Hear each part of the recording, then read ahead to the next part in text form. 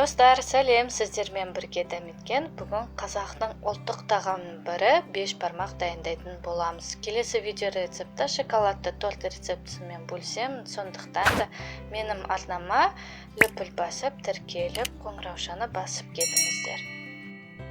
Рецепте мен қазы мен сиыр етін қолдандым. Кастрюльге мұздай суымызды құйып, крышкасын жауып қайнататын боламыз.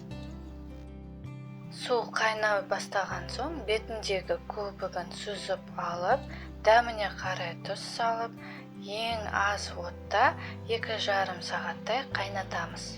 Қамырын дайындау үшін мен сорпаның суын қолдандым. Сорпаны бөлек ыдысқа құйып алып, толығымен суған соң тек қамырын дайындайтын боламыз. Ыдысымызға ұнды салып, жұмыртқамызды жарып, толығымен суған сорпаны құйып, қамырын дайындайтын боламыз. Сорпаның тұзы бар болғандықтан мен тұзды қолданбадым. Және де бір айтып кететін жайтым, мықты ысы сорпаға қамырды елемеңіз, өйткені ол одан да көп ұнды сіңіріп алады. Сондықтан да толығымен суытып болған соң қамырын дайындайтын боламыз. Біздің қамырымыз илеп болғаннан кейін салафанға орап 20 минутқа алып қоямыз. Ал енді тұздығын дайындаймыз. Ол үшін кастрюльге ыссы сорпаны құйып, үстіне пиязды қойып шығамыз. Тұздық дайындаудың екі әдісі бар. Бірінші әдіс ол пияздарды ыссы сорпада бұқтырып қоюға болады, немесе газдың бетіне пісіріп алуыңызға да болады. Мінеки 2 сағаттай уақытымыз өтті. Піскен етімізді түсіріп алып, етіміз суып кетпеу үшін фольгамен жақсылап орап қоямыз. Сорпаға картопты салып, картопымыз піскенше дейін етті сүйектен ажыратып, турап, біздің қазымызды әдемілетіп турап аламыз. Ал енді қамырын жаюын бастаймыз.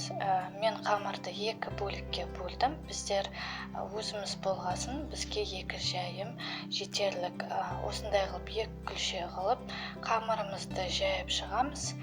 Мықты жұқада емес, мықты қалың қылып жаймаңыз, міне осындай болып шығу керек. Ал енді біздің картоптарымыз дайын. Картоптерімізді түсіріп аламыз. Содан соң қайнап тұрған суға қамырымызды 5-7 минуттай пісіріп аламыз.